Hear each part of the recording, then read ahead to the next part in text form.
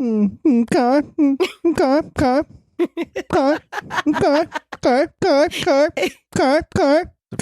remix.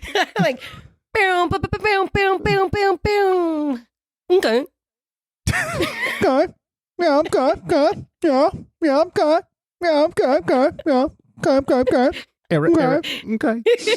It's like a inside joke thing at work. When people ask us dumb questions, we just respond back with "Okay." Here, Mel, let's do a reenactment. You be Flex, and I'll be a customer. Hi, ma'am. Where is the? I guess, sir, because it's Flex. Where is the ketchup? Okay. Did I nail it? Nailed it. You got the part.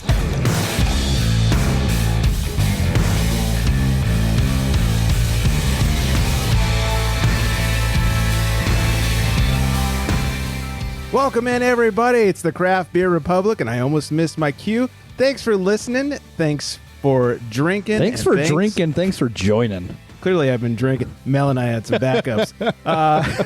Sober One Flex coming in hot.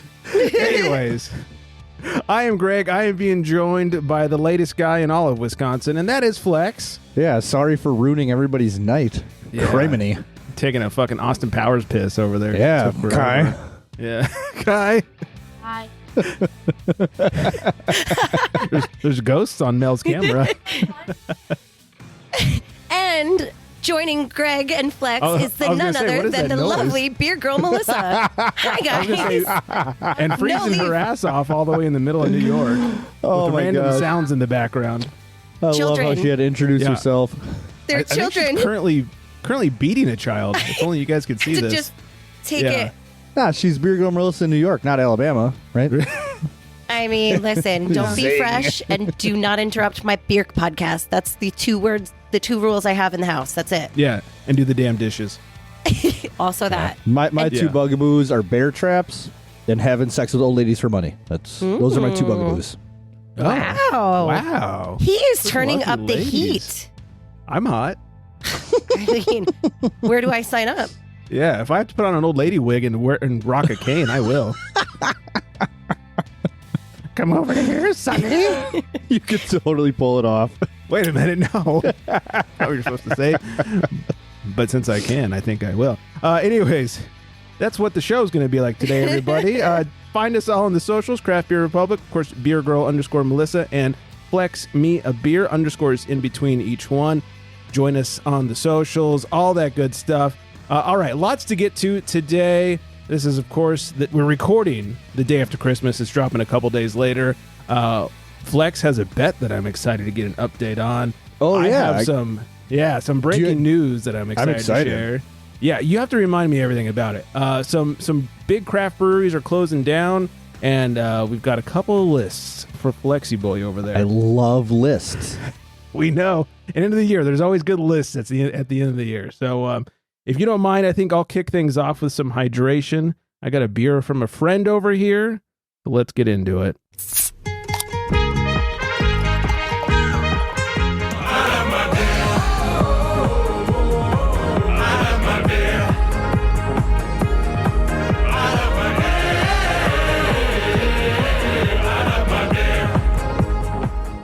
Oh, Intern Brian was so nice. He picked up a 4-pack of Focal Banger and Heady Topper and saved one of each for me. So I thought at the end of the year, I'll go out with a delicious Big Bang.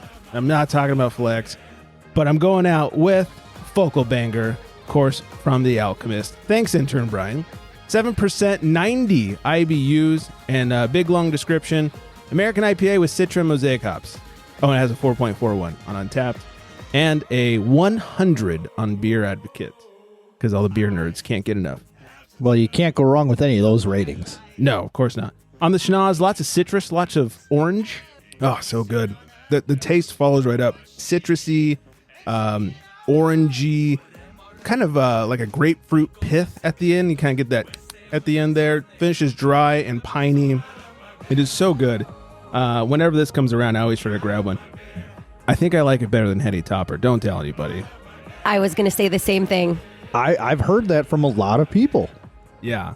I buck the trends. I like this one better than Heady Topper, and I like Blind Pig better than Pliny the Elder. So Sue me. What are you going to do about it, people? Anyways, so one last thank probably you. sue you if I know. that's what you want. Yeah, Chew's going to file a lawsuit. So, anyways, thanks again, Intern Brian. Very much enjoying this. I tell you to go follow him on the gram, but he pulled a 1995 on us and doesn't have gram anymore. He had to run away from Flex. Yeah, I will never run away from you. So. Please don't. Yeah, don't you worry. All right, like I said, lots to get to, but before we find out what these two are drinking, fill us in, Flex, on the bet that was made off the air between you and Intern Brian, speaking of which, over the World Cup. Okay, so we were discussing we're going into the semifinals of the World Cup. So it was You guys both had semis. It was Croatia versus Argentina, and then it was France versus Morocco. And I was pulling for Messi and Argentina just about the entire way through the tournament. And apparently Brian was rooting for France to come back and repeat from 4 years ago, taking back-to-back World Cup championships. Oui. So we bet if Argentina would win, and then Brian would send me a 6-pack Local beer mail. Yeah. And if France would have won, then I would have had to send him local. And if neither of the teams made it to the finals, then we would have both had to chug Bud 55 or something like that. Now, I thought the loser would also have to still chug Bud 55. Is that not the case? No, that was not the case. Oh, okay. Yes, the clarification, because I wanted to ask him what would have happened if neither of the teams would, if just so happened they both lost in the semifinals. Who knows? Anything can happen in the world of sports nowadays, but that didn't happen, so it just came straight up into a beer bet. And so you won, of course. I won. It was now, probably the greatest game in World Cup history. I know you're not a fan of soccer or anything, that's what people but tell me. Yeah. Mel, did you watch as much of it as I did? I watched more than you for sure. Because I like to go to the bar during the day, and that's when most of the games were on. So, yeah, I got to see a lot of them. Right fucking on, Mel. Yeah. You bring up a good point. I may want to become a quote-unquote soccer fan just because then I have an excuse to go day drink. It's the best because you can still wake up early, get all of the important responsibilities done, and you're free by 12:30, 1 o'clock. Perfect time to have a couple. It really is. Mm-hmm. Yeah. That's the only part worth watching. But I think I'd rather just claim myself to be an alcoholic and just start drinking at 12 anyways. Sans soccer. That's a win-win. Yeah. I mean, Italy didn't even make it to the World Cup. So, I'm out immediately, That was 2 out of the last 3 for them. So that's not very good. But But yeah, lo and behold, Argentina won. I won the beer bet. I was very honorable in winning as well. And I told Brian that he didn't even have to send me anything because the game was really just that good. So you're just a fan of, I would say, sports in general and watching that. I have no Argentina ties at all. But watching all the close calls and everything like that, it was amazing how excited you can get for a country that you have nothing to do with, but how hyped up everybody from those countries are. It really is the biggest deal in sports every 4 years. It's amazing. I'll take your word for it. Knowing Brian, he's an honorable guy. He will still send you beer. That's just the way he is. And that's fine. Yeah. Why would I'm okay with that, but why would you not want the beer? I don't understand this as a concept. Because you were just I'm just gentleman. So nice. Even if I win, just don't send me the beer. Bitch, send me the beer. I want it. Yeah. Done. That's a motherfucking bet. Yeah. I'm a gentleman. I don't know. There's nothing more I can say. Knowing Deb would have been like, you made a bet, fucker. You send him that beer. It's the Midwest in me. We're just such nice, kind people. Yeah, that's Stop being so nice and start getting what you want. He's not nice when you ask him questions at work. You know what, Mel? I'll take that into consideration. Yeah. He's also not nice when he's late and holds up the podcast and then gets cranky about it. Shots fired. Bang, bang, bang, bang, bang. I admit I was wrong. Okay, well, I still love you. Good? Yeah, I love you so much. You could never do any wrong in my eyes. It's the truth. God damn it. It takes a big man to admit when he's wrong, and I'm looking at a big man more ways than one. Daddy. Anyways, all right, so we're recording this the day after Christmas. How was everybody's Christmas? Mel, was there a pasta course involved? Yes, there was. There was tons of baked ziti. We had fresh baked bread. If you're a New York Italian or a New Jersey Italian, then you know what lard bread is. It's like this really fatty, delicious bread that has like pieces of, I don't know, like pepperoni really lard. Like baked into it, but little like chunks of it. We call it lard bread. It's fucking, I'm sure there's also a lot of lard in there when they bake it, but it's the best. So we had things. Yeah, we had that. We had seafood appetizer, obviously, crab legs, calamari, and clams, the usual. Like, we try to do the Feast of the Seven Fishes in the appetizer. Oh, and then we move on Feast to of the pasta Seven course. Fishes. Is and that then we like move a on common thing amongst like New York Italian people? Yeah, usually like on New Year's Eve, you do the Feast of the Seven Fishes. People call it the Feast of the Seven Fishes. That's what it's called. Correct. Wow. George, the ocean called. They said they're running out of shrimp. Learn something new every podcast. Get on my lap. I know. Every time she's on, we learn something new. Last time we learned about the pasta course. Now we're learning. Do you remember last year, Dominic the Donkey? Yes. Do you remember that shit? Yes. Totally and you didn't even know about Dominic the Donkey. No. And that song came on. My kids were listening to a Christmas playlist. No fucking way. I think on Christmas Eve or some shit, and that song came on. And I was like, holy balls. Yeah. But Mel, no offense to you, every time that song comes on, my kids go, Alexa, next. Oh, I don't blame them. That is their cue every time that song comes on. And I was like, hey, now, don't do that. If it wasn't part of my culture, I would never listen to it. I would never. It's just ridiculous, but it's funny. And he's so sorry, you ate some fat bread, had a lot of fish. And we drank like 15 bottles of wine. So, yeah, it was great. Nice. Typical Italian Christmas. Yeah. It's a lot of wine. Uh-huh. Yeah. What about you, Flexi? How was your guys'? My Christmas was, I would say, low-key, but I was so exhausted because it was the worst week. And when I say worst week, I mean, it was like the busiest week we've seen at like in the retail level since the pandemic. Oh. So I was like extremely exhausted from work. We had my folks over for Christmas Eve.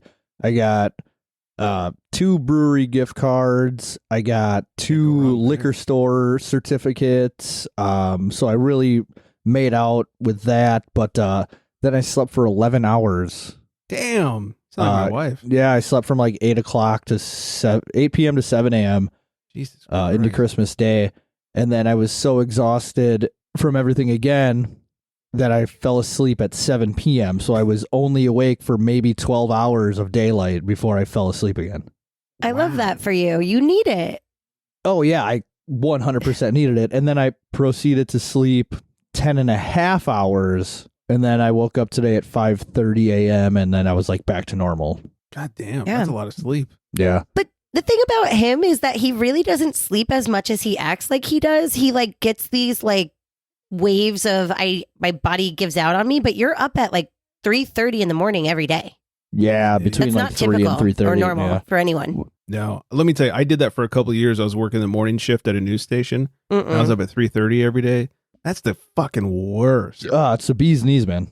No, and there's no getting used to it. Like everyone's like, oh, give it a few months, I'll get used to it. The longer I went on that schedule, the less used to it I got. Like the first few weeks, I'm like, I'm going to take melatonin and go to bed super early at 9 o'clock. Because I'm usually going to bed at like 11 or 12, especially as a single dude. And then as I went on later and later, I'm like, I'm going to bed at midnight. Waking up at like 3:30, 4 in the morning. And I tell you, when I first started doing this shift, it probably took me close to a year to get used to the hours. Like my wife works, opposite shifts, like around noon to 8, stuff like that. And I would be falling asleep when my kids were like 3 and 1. Like, and I would be like zonked out on the couch by 7 o'clock, and she would come home from work like, what are you doing sleeping? The kids are, oh my God. And I would just be like, I would be so, disappointed in myself. But at the same time, I'm like, you don't understand what it's like. Nobody does. If you don't do it, you don't get it. Yeah. It's amazing how just like in the snap of a finger, you just get so from like, not tired at all to can't keep your eyes open. Oh, yeah. I remember after that job ended, like the first week after that ended, I slept like 10, 12 hours a night for like a week straight.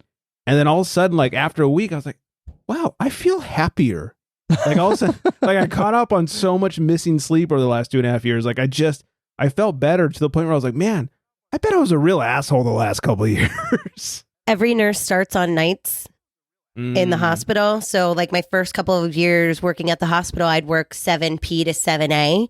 And Lou would have to wake me up at 5:30 p.m. to get ready for work. And I would just cry and I'd be like, why am I not a normal person? Like I'm like talking to my coworkers and saying, you know, people, like real people that are awake during the day, like, we're different than them. We're just like genetically different. We're not the same mentally, physically, anything. And once I got on days and I was like, oh shit, yes, this is how it's supposed to be. Yeah. Yeah. My job before the morning job, I was working 6 p.m. to 3 a.m., I think. So like I went from working the night shift then to the morning, man. And each time it was like, fuck, what am I doing? And even being like a night owl, like working till 3 a.m. and then driving It's different. home. Yeah, it's different when you're working. Yeah, it's like different. You can party all hours of the night, right? As long as you're having a good time, you with some buddies, whatever, doing God knows what. Yeah. But when it comes to working overnight like that, it's the absolute pits, man. Well, I was working at this post house basically and editing a bunch of stuff for TV shows. And it got to the point where we realized if we did party, we'd stay up easier. And so like one of the chicks I worked with kept booze in her desk, and she'd just be like, she'd call me on her little intercom. She'd be like, hi, do you need to dip into the desk drawer? I'm like, yes, I do. Be right over. You know, we'd go over, have a couple of shots, and then all that's pretty outstanding. It was good times. So it turned into a good, especially once we saw the writing was on the wall that things were going to last much longer. We're like, you know what? Fuck this. Normal party. We need to normalize casual drinking at day jobs. Yeah. I feel like productivity would just skyrocket. It did. Now, don't check my spelling, but productivity was through the roof. Don't the big bosses all have a bar in their office? I thought that was a thing. It's not a thing. Isn't that from like executives? 80s movies? No, isn't that from like Mad Men or whatever? I think it's real life even now. Who's Harry Crumb? I don't even know what that is. What? John Candy, I hate your guts. You can edit all of that out of the show. Everyone's delete. I hate my guts too. It's fine. So what were we Christmas. Yeah, pretty tame Christmas on this end of things. A lot of illness and some COVID and some flu, and so I didn't have to see nearly as many people as I normally have to see. Because one of my actually better Christmases. I was gonna say that's probably like really good on your end then. Yeah, I think I've said it many a time that I hate that, you know, we both, my wife and I, come from divorced parents, so it's like you come to this house, and you come to this house, and you do this, and bleh. So we're starting to like lay down boundaries. This feels like a therapy session. And like the night before, we did Christmas with my dad, and then day of, we only had 2 houses planned, and one of them got momentarily canceled and then re-put on because of COVID things, and so, but once it got re-put on, it was at a much reduced capacity, and so it was kind of nice actually. It was very relaxing. There's no like stress for most of the day. So that's great. Time. Good for you. Thanks. Yeah, my wife wasn't the biggest fan, but I liked it. I love it for you because I come from the same upbringing. Yeah. So for me, that sounds like heaven. But unfortunately, we had to see both families, mine and his. So just lots of wine. Like I was just going to say, tons, so much wine. So much wine. Every time, Mel, I talk to you about holidays, I feel like we experience the same anxieties. Yeah, we hate them.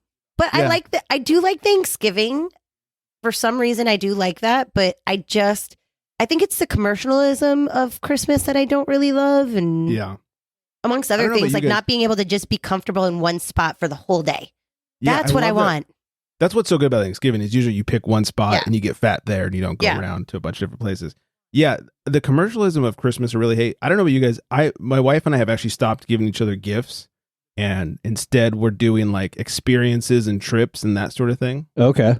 I love that. That's the best. Yeah, we have enough shit. We don't need more shit. And if we need it, we buy it before Christmas. Mm-hmm. Yeah, that's the thing. Yeah, I agree 100% with that. Yeah, we're so hard to buy for, and so we're like, you know, let's go on a trip or let's go on a really nice dinner, spend $500 on something, like whatever. Well, that's what we started doing last couple of years with my wife and her siblings. Is instead of like buying gifts for each person, we would just pick a night, either basically anywhere between October and April, and just be like, hey, get babysitters. We're all going to go out. Get some drinks, have a nice dinner, maybe do something fun afterwards. Spend more than you normally spend. Yeah. But get like an experience out of it, like you said. Yeah. You guys go to steakhouses and such, right? Supper clubs. Supper club. Yeah. Speaking of supper clubs and like Wisconsin traditions, Greg, I got to ask you, have you ever heard of raw beef sandwiches? Raw beef? No. Yes. It's like steak tartare? Yes. It's like a Wisconsin, I think it's a Wisconsin holiday tradition, like not so much Thanksgiving, but Christmas and New Year's. And it's raw beef on rye bread. And then you usually have some kind of onion to put on it and then salt and pepper. Is it at least cooked in acid? No, it's just straight up raw beef? Super high grade raw beef. You gotta at least hit that with some lime juice.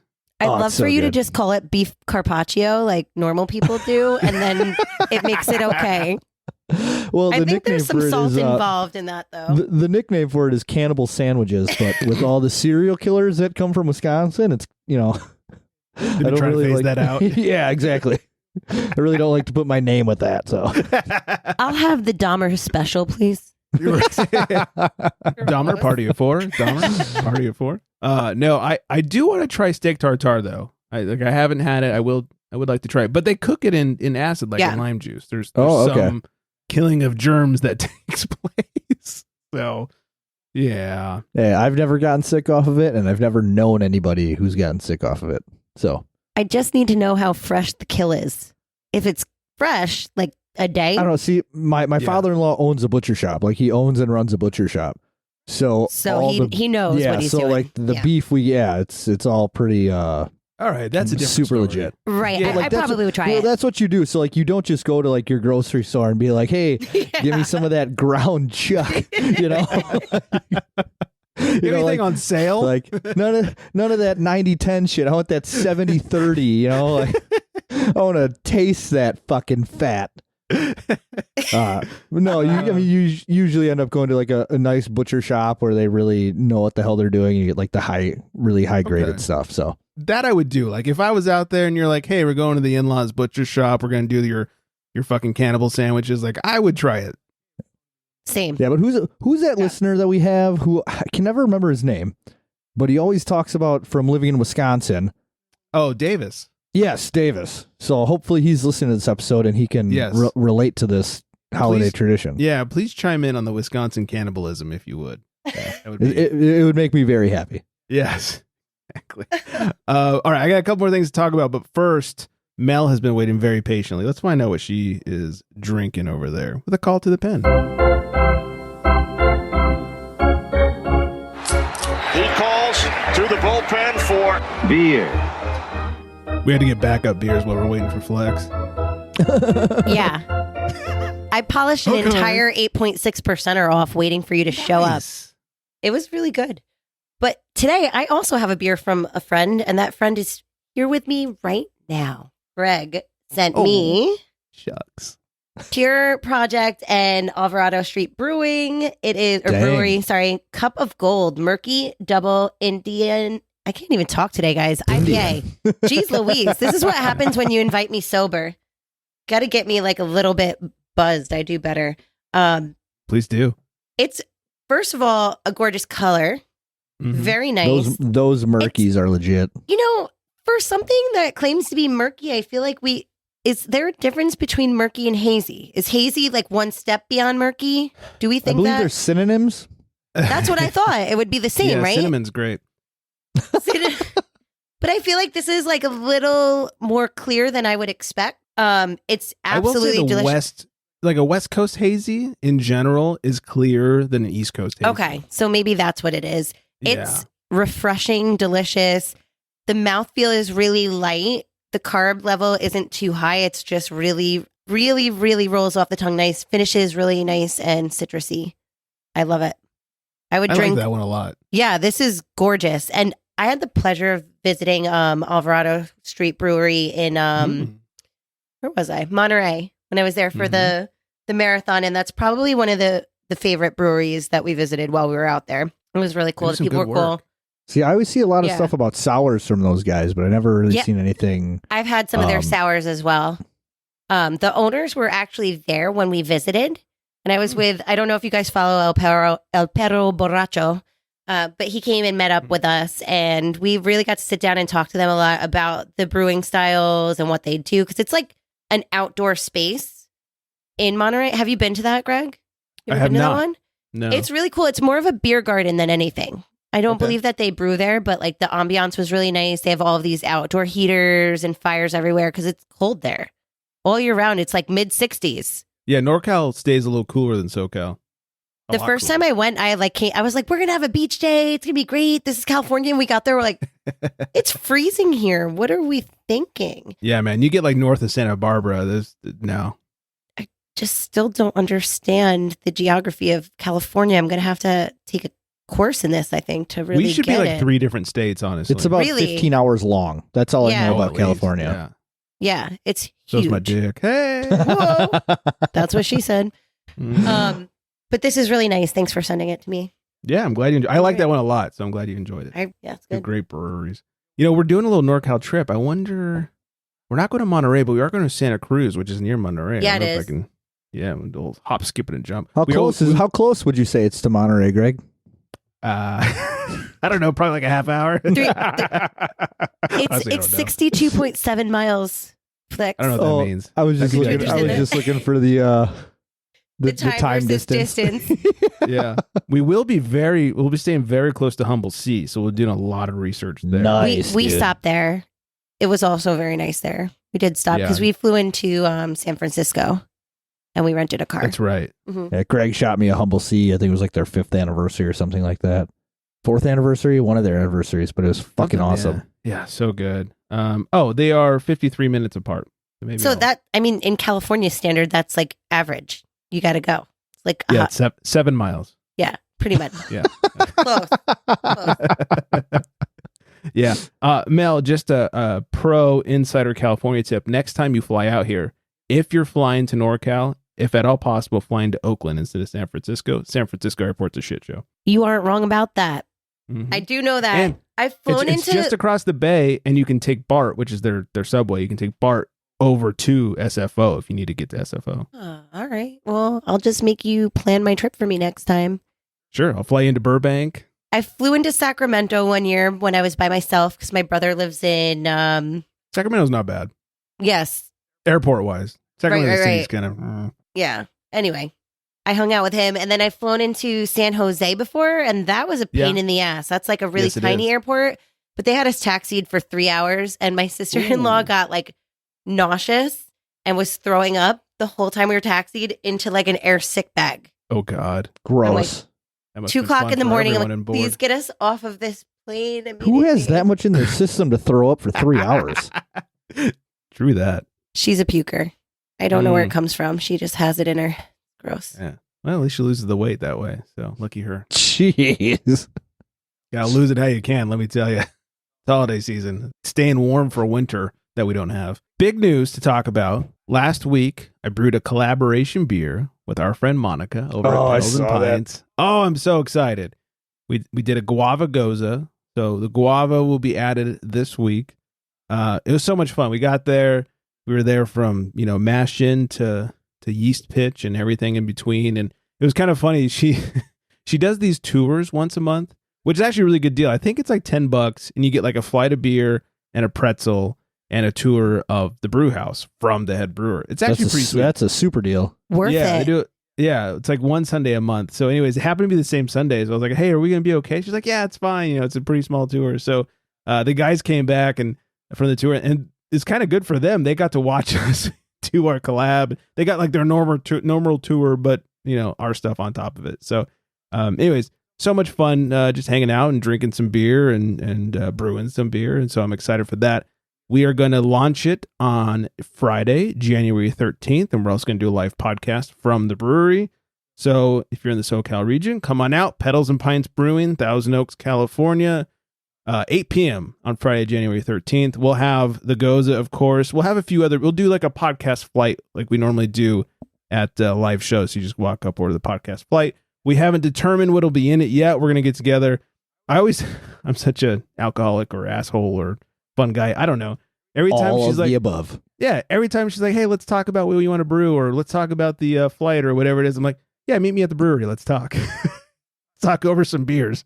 Like when we were talking about what to brew, I was like, meet me over at Naughty Pine. Let's talk about what we're gonna make. And so, one of my favorite beers ever was a pink guava goza with pink Himalayan sea salt. Ooh, I like the sound of that. It was, like to this day, I think I had it for the first time, almost 4 years ago, and I still think about that beer constantly. Out here, not enough gozas, and not enough sours in general, but really not enough gozas. And like when we were in Asheville, North Carolina, everyone had a goza, and this is a couple years ago, but everyone had a goza, and I was like, fuck, I love gozas. And at one brewery, we were there for a wedding, happened to have a goza fest one day. Oh, fact, no. That's crazy. It was the day of the wedding, so we're just like, we're gonna get here early. That sounds like the most refreshing beer fest I've ever heard of. It was so good.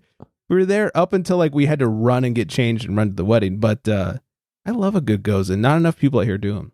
Agreed. Very underrated and unacknowledged beer brewing style. Yeah. And the sea salt really makes it. Is that a definite has to be in a goza component? Any goza that I've ever had has had sea salt in it. If there's no salt in it, it's not a goza. Otherwise, it's basically just a Berliner. Learn something new every day. Yeah. That's why you're a nerd. I'm sure somebody will tell me I'm wrong. But anyways. That was a lot of fun, and I can't wait for the live show. I can't wait for the beer. I'm super stoked about it. So January 13th, 8 p.m., Pedals and Pints, come out. It'll be me. It'll be Monica. We'll be trying some beers, especially the goza. She's been on the show, but we're going to get deep and talk about her brewing past and her experience and all that good stuff. So I think the other thing, we'll talk about it next week because I want to give it the proper amount of time and respect it deserves. But we did do Pozzole Palooza last week, and it was a good time. So we'll talk more about Pozzole Palooza next week. Words are hard. Can I interject really quick and just say I am always 100% certain that I was Chew's first follower? Chew, if you could just call into the show and acknowledge that I immediately followed you. Please.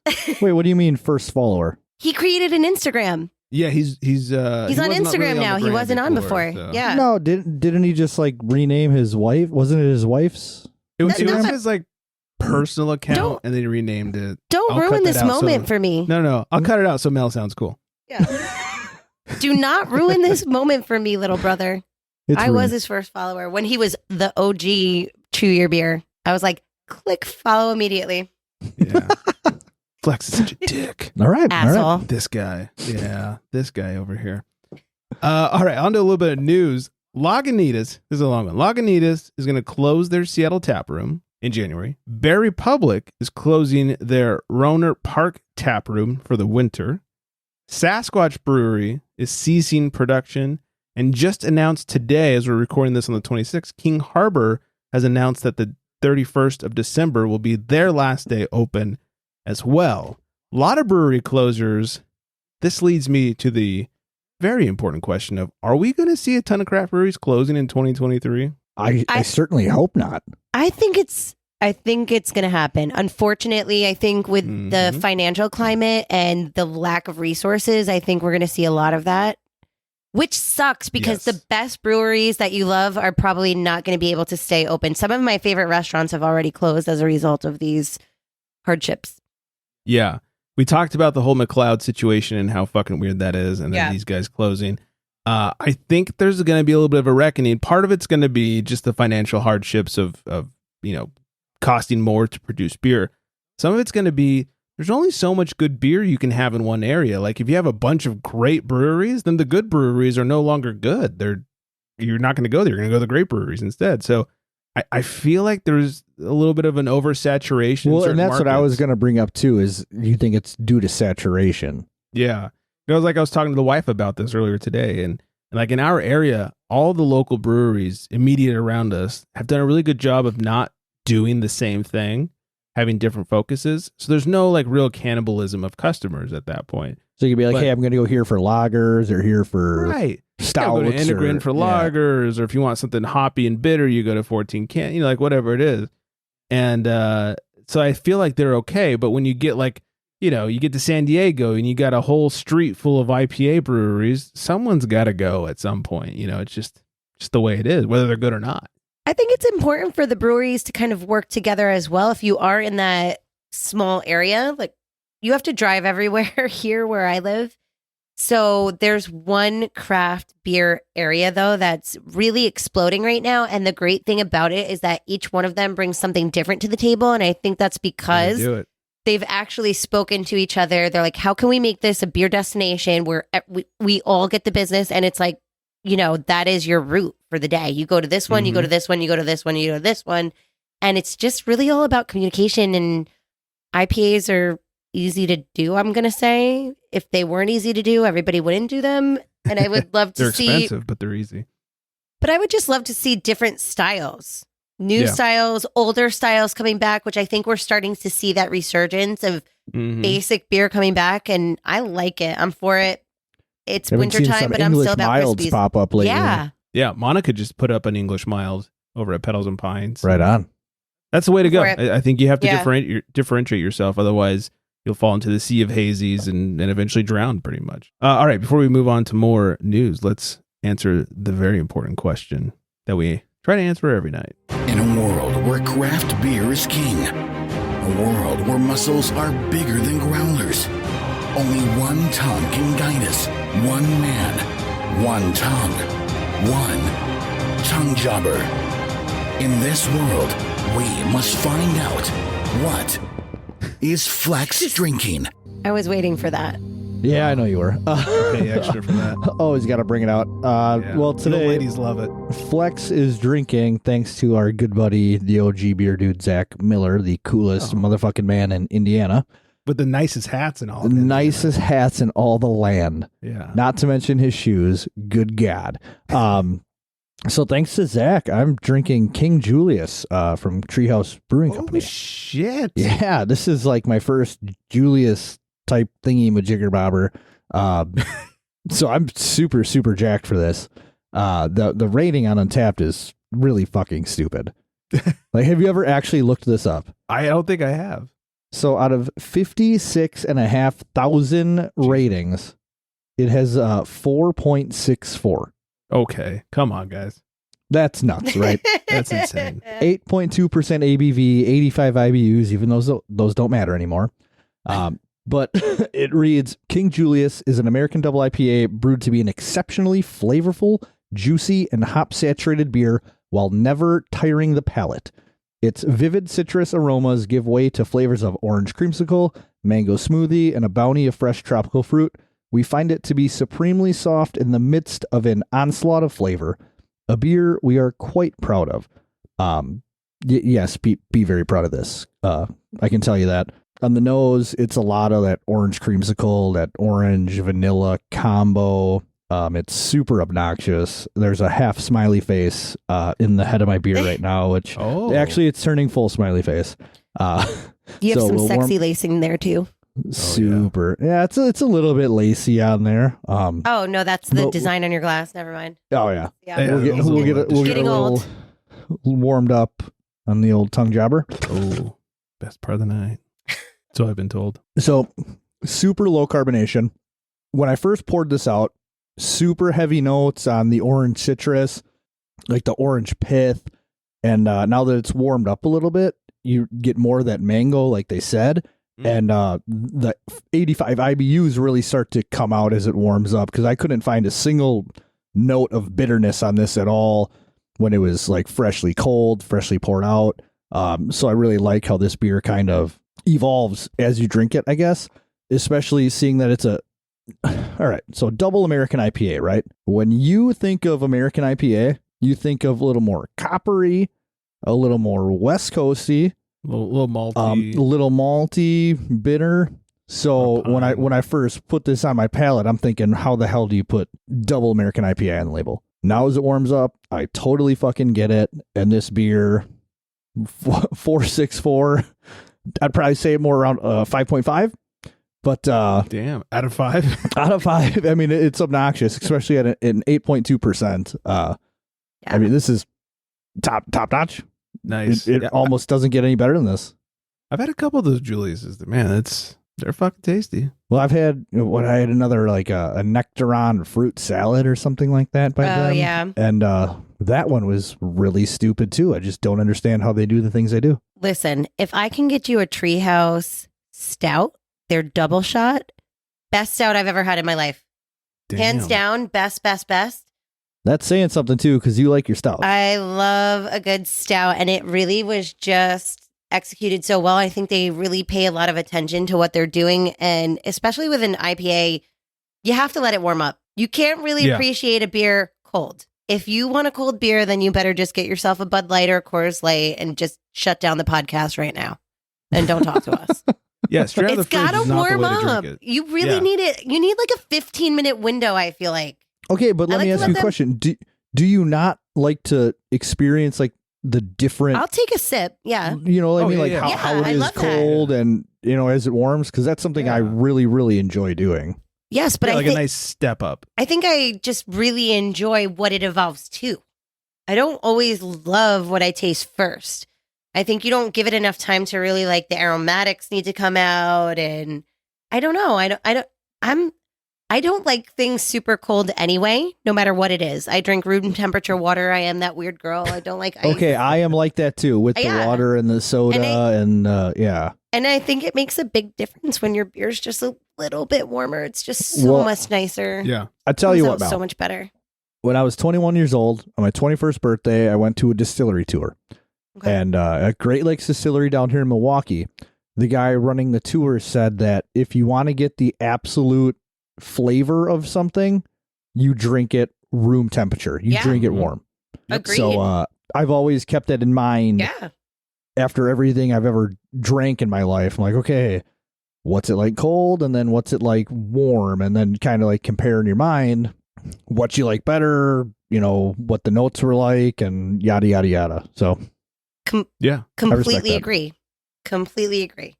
I'm glad you're getting to drink that, though. And I love a good orange creamsicle vibe. That is my favorite summertime dessert as a kid, the creamsicles. I concur on that one. Very nice. I'm super jealous. If anybody wants to send me some fucking Julius, or hi. When I can get it, I will just buy in abundance. All right, I'll just buy in abundance and send it. But be one of those fucking like those Haze boys that just like walk out with a. The Haze boys are so funny. They crack me up. The two dollies full of cases. Oh man. So. All right, couple of lists here to end the show because it's the last show of 2022. First, I will say, as the last show before New Year's, to our English listeners, England has a PSA to everyone out there. They say, don't get so drunk that you need a hospital because they're on an ambulance strike right now. That doesn't sound safe. Wait. No, I was looking up stories today and I was like, oh yeah, that sucks. So everybody out there drink semi-responsibly if you're getting fucked up for the New Year's in England. It's actually scary how concerned Mel looked when you said that. A medical professional. It's frightening to me. I could never be one of the nurses that strike. I don't think I could. I think I would be the inundated nurse that was like, fuck everybody, I hate you, but I'm going to save your life and like save all of these people's lives. And like in Buffalo, they had a really crazy storm and they lost power. And we've heard a lot of terrible stories so far, like a lot of death. Police were not going to responses. It was too dangerous for them. And they teach you that, like, you cannot respond if it's not safe for you. Right. And it's just kind of heartbreaking. You don't want to then create a bigger rescue situation by multiple people. Yeah, it's just heartbreaking to think, this extreme weather can cause that. And so they're striking. Well, that's something you never think about either. Yeah. It's weird to think about in this day and age that like people die from it being cold. It's like, what fucking year is this? And not having power. Yeah, not having power. Stay warm if you're on the Upper East Coast, and stay sober-ish if you're in the UK, because you're not getting right in the hospital. Yeah, UK, dummy. You're done for, guys. Yeah, pretty much. All right, these two are for Flex. First is, in honor of New Year's Eve coming up here, the 7 new champagne of beers to drink this New Year's Eve. And this comes from themanual.com. We'll start at number 7. 6 Point Hazy Brute IPA. I thought brutes were dead. Apparently not. Yeah. It is like a champagne. I mean, that part of it is very champagne-y. So I get it there.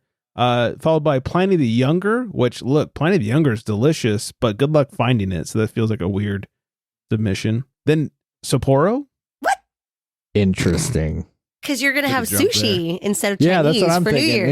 Yeah. I guess so, I'll get down with that. That's the only rationale I have. Sure, we'll go with it. That next one is Saison du Pain, which, fine. Yeah, that sounds about right. It's a classic. It's, champagne-y.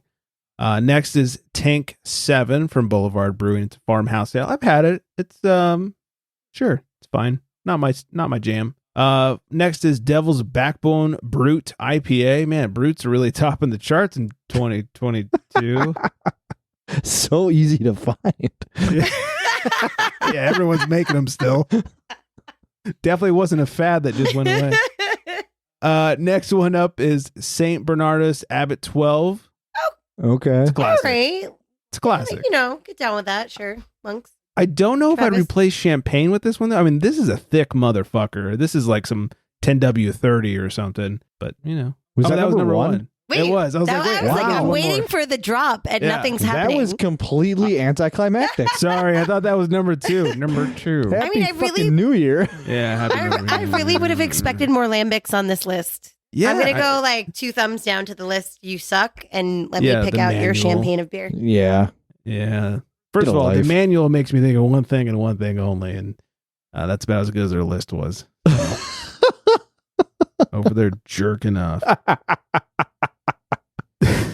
This is the last one. This one comes to us from Untapped, the top 10 highest average rated beer styles of 2022. Okay. Beer styles. Number 10, the just mentioned Lambic, traditional, 4.09.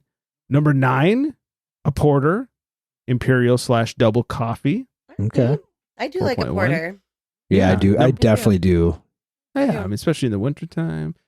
Number 8, stout, imperial/double oatmeal. Number 7, lambic fruit.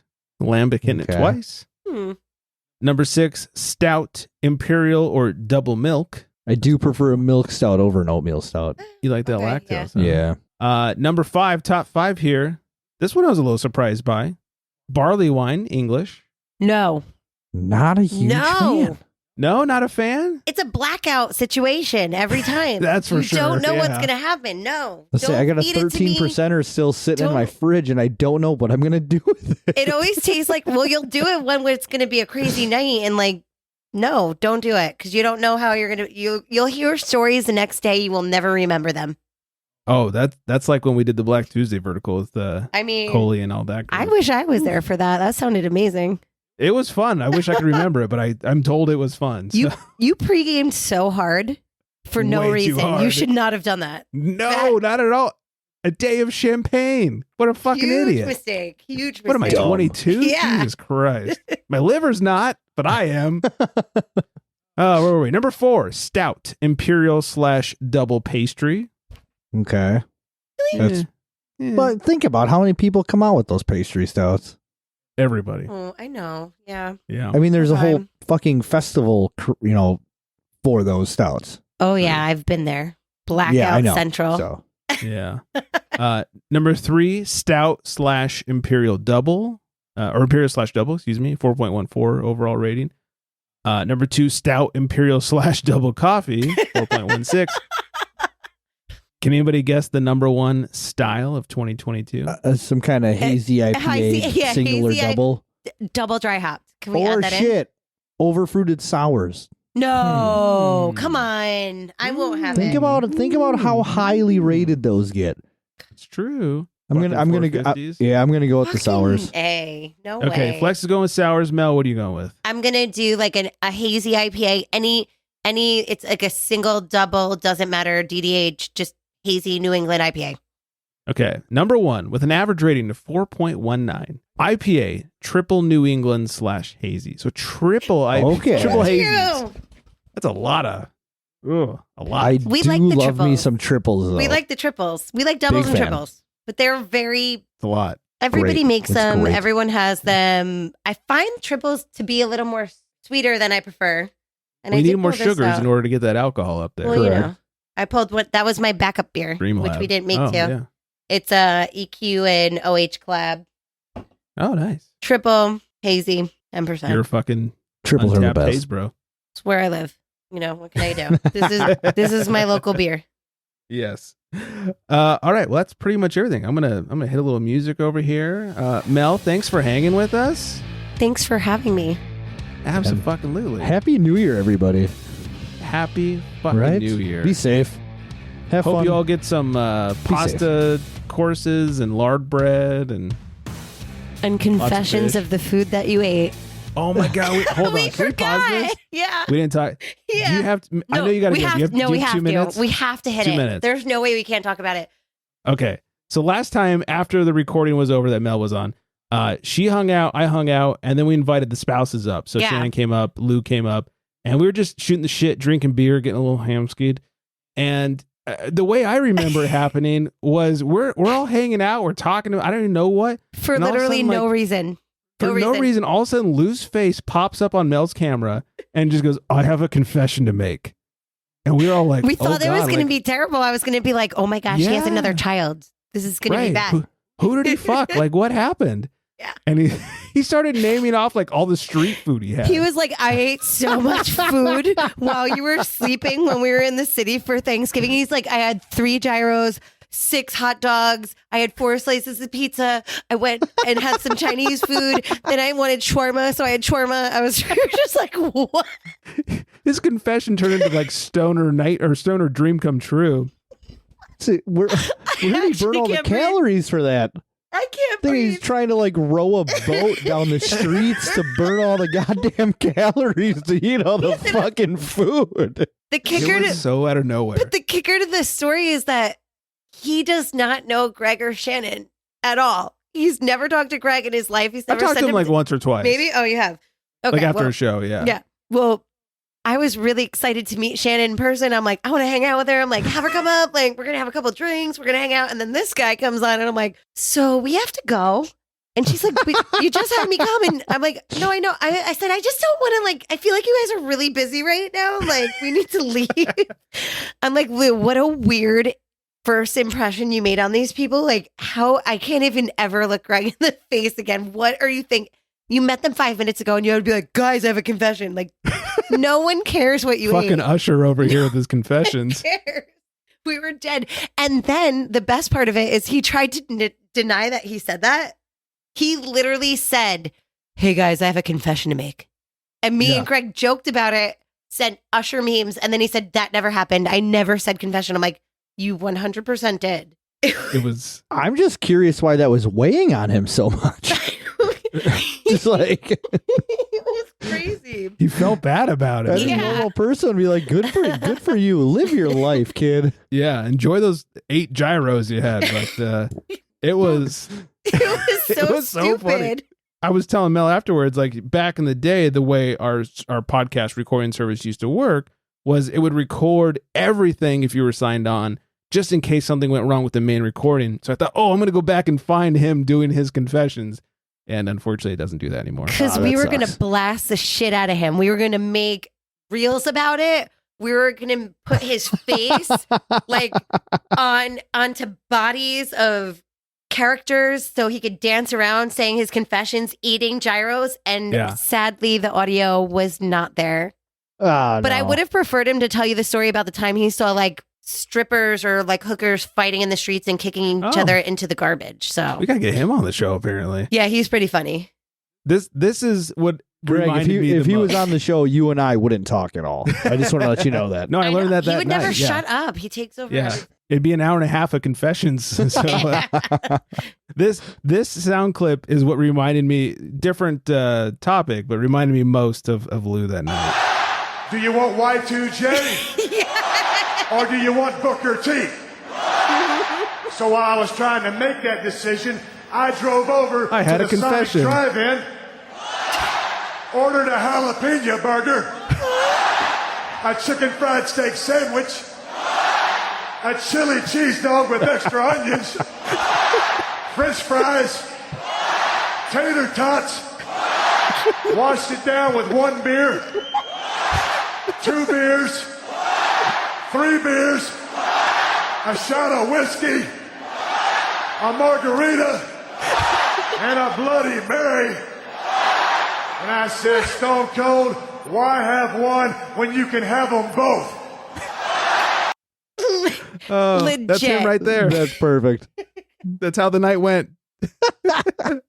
Oh dear God! Yeah, I love great. it. That is great. We couldn't not talk about it. It was just too good. My cheeks hurt so bad right now. We were dying. It was so stupid. It was the funniest. Mel was just sitting behind her. The look on her face was like, "What the fuck is going on here? Who's this man?" Flex knows that face very well. Oh yeah. All right. Mel's late for a party. Let's hit some music. Thank you guys for hanging out, for listening. Find us on the socials. Beergirl_Melissa. Flex Me a Beer _ in between, of course, at Craft Beer Republic. 805-53-BEER 2337 is the number to call. And hi, Vanessa. Oh, hi, Vanessa. Yes, don't want to forget that. I was waiting. Hi, Vanessa. I miss you. Happy New Year. Sorry. Happy New Year and hi to Vanessa. And don't forget January 13th at Pedals Pints. I think that's everything. I hope everyone is staying very well hydrated. And on that note, good night, everybody. And Beer Girls out.